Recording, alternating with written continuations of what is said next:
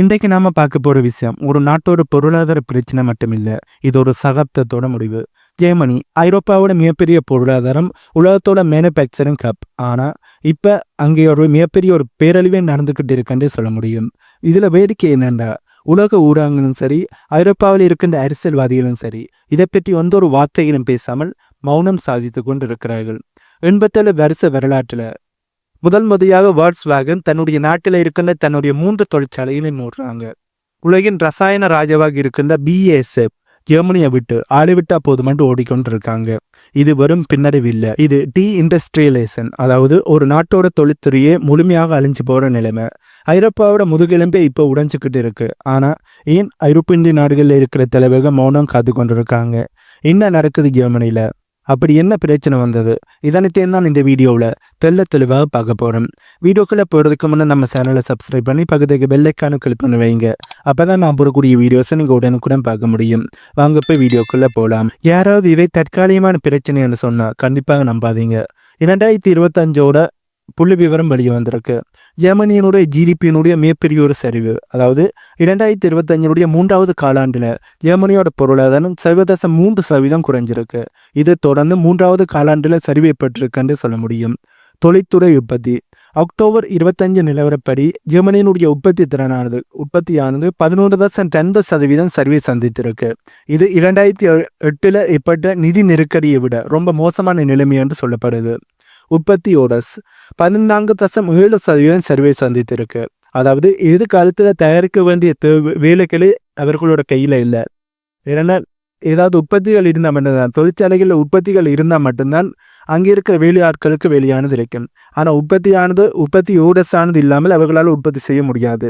உற்பத்தியோடஸ் 14.7% சரிவை சந்தித்திருக்கு. ஜெர்மனியோட முக்கியமான பெருமை ஜெர்மனியோட எக்ஸ்போர்ட் தான். ஆனால் அதுவே 8.3% வீழ்ச்சியடைந்திருக்கு. இதோட சுழற்சி மாற்றம் இல்லை, இது ஒரு சக்சரர் கொலாப்ஸ். அதாவது ஜெர்மனியோட அந்த பழமையான பொருளாதார கட்டமைப்பை இப்போ முழுமையாக நொறுங்கி கொண்டிருக்கு என்பதுதான் உண்மை. ஜெர்மனியோட அடையாளம் என்றாலும் வோல்க்ஸ்வாகன் தான். 2ஆம் உலகப் போருக்கு முன்னாடி ஆரம்பிக்கப்பட்ட இந்த நிறுவனம் ஜெர்மனி மண்ணில் இதுவரைக்கும் ஒரு ஃபேக்டரியை கூட மூடினதில்லை. ஆனால் இப்போ ஓஸ்னாபர்க், டேசன், கசல் என்று 3 இடங்களில் இருக்கின்ற தொழிற்சாலைகளை நிரந்தரமாகவே மூடிட்டாங்க. இதனால 15,000 நேரடி வேலைகளும் 50,000 சப்ளை சைன் வேலைகளும் காலியாகி இருக்கு. 2030க்குள்ள 35,000 பேரை வீட்டுக்கு அனுப்ப போறாங்க என்று சொல்லப்படுகின்றது. இதற்கான காரணம் என்னென்றால், ஜெர்மனியில் ஒரு எலக்ட்ரிக் காரை தயாரிக்கிறதுக்கு ஏற்படுகின்ற செலவு சீனாவை விட 40% அதிகம். அதுபோல தான் BASF, உலகின் மிகப்பெரிய கெமிக்கல் கம்பெனி. இவங்க ஜெர்மனியை விட்டுட்டு சீனாக்கும் அமெரிக்காவுக்கும் போறாங்க. அவங்களோட CEO, அதாவது BASF-னுடைய CEO ஓப்பனாகவே ஒரு விஷயத்தை சொல்லியிருக்கார்.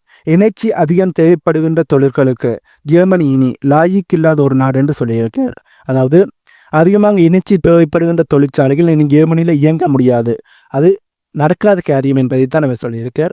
ஜெர்மனியில் இருக்கின்ற அதிகமாக எனர்ஜி தேவைப்படுகின்ற கம்பெனிகள் அனைத்துமே இழுத்து மூடிட்டு ஜெர்மனியை விட்டு வெளியே போகிறது தான் நல்லது என்ற மாதிரி இவரோட கருத்துக்கள் இருக்கு. BASF மட்டும் போனால் பரவாயில்லை, ஆனால் அவங்களை நம்பி இருக்கிற 4.7 லட்சம் வேலைகளும் இப்போ ஆபத்தில் இருக்குன்றே சொல்ல முடியும்.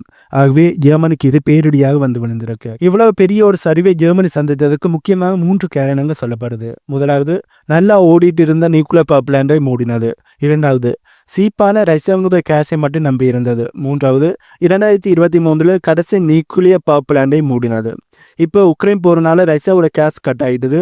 விளைவு, அமெரிக்காவில் எலக்ட்ரிசிட்டியினுடைய விலை 7.08 யூரோனா, ஜெர்மனியில் அது 7.25 யூரோ. 3 மடங்கு அதிக விலை கொடுத்து கரண்டை வாங்கினா ஒரு தொழிற்சாலை எப்படி லாபம் சம்பாதிக்க முடியும்? இந்த விலை வித்தியாசம் தான் ஜெர்மனியில் இருக்கின்ற தொழிற்சாலைகளுக்கு வழங்கப்பட்ட மரண தண்டனையாக பார்க்கப்படுது. இதனால தான் ஜெர்மனியில் இருக்கின்ற தொழிற்சாலைகள் அனைத்து தொழிற்சாலைகளை மூடிட்டு அங்கே இருக்கின்ற கம்பெனிகள் நாட்டை விட்டு ஓட ஆரம்பிச்சிருக்காங்க. இவ்வளவு நடந்துமே ஜெர்மனி அகல பாதாளத்துக்கு போயுமே ஏன் அங்கே இருக்கின்ற அரசியல்வாதிகள் எதையுமே பேசாம இருக்காங்க என்ற கேள்வி உங்களுக்கு எழும்பும். இதற்கான காரணம், ஜெர்மனியில் இருக்கின்ற அரசியல்வாதிகள் அவங்களோட கிரீன் பாலிசியை ஒரு புனித போர் மாதிரி நடத்துறாங்க. இப்ப அவர்கள் தப்பை மட்டும் ஒத்துக்கிட்டா அவங்களோட கொள்கை தோத்து போயிடுச்சுன்ற ஆகிடும். இதனாலதான் ரஷ்யா மேலேயும் சீனா மேலேயும் பழிய போட்டுட்டு மௌனமாக இருக்காங்க. ஆனா இதோட சமூக விளைவு ரொம்ப பயங்கரமா இருக்கும்.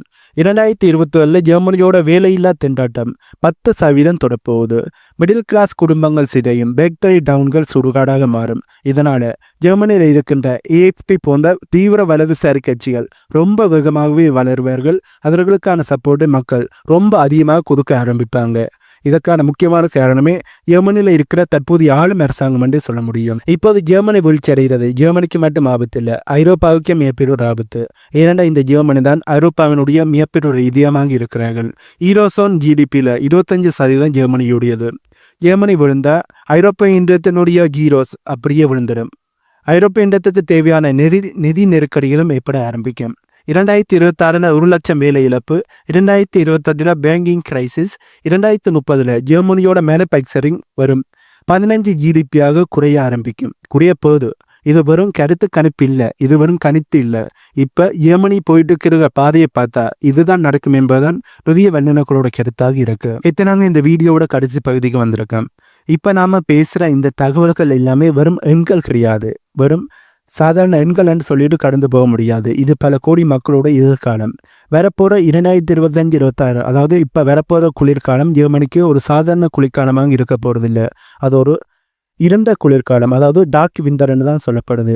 ஏன் இதை சொல்கிறேன் என்றால், மின்சார கட்டணம் அதாவது எலக்ட்ரிசிட்டியினுடைய கட்டணம் அதனுடைய ப்ரைஸ் ஒரு சாதாரண குடும்பத்தால் தாங்க முடியாத அளவுக்கு எகிறப்போகுது. ஒரு பக்கம் வேலை இழப்பு, இன்னொரு பக்கம் அத்தியாவசிய பொருட்களினுடைய விலை உயர்வு. எனர்ஜி இல்லைன்னா எக்கானமி இல்லை, நோ எனர்ஜி நோ எக்கானமி. இந்த ஒரு கசத்தான உண்மையைத்தான் இப்போது ஜெர்மனி அனுபவிச்சுக்கிட்டு இருக்காங்க என்பதுதான் உண்மை.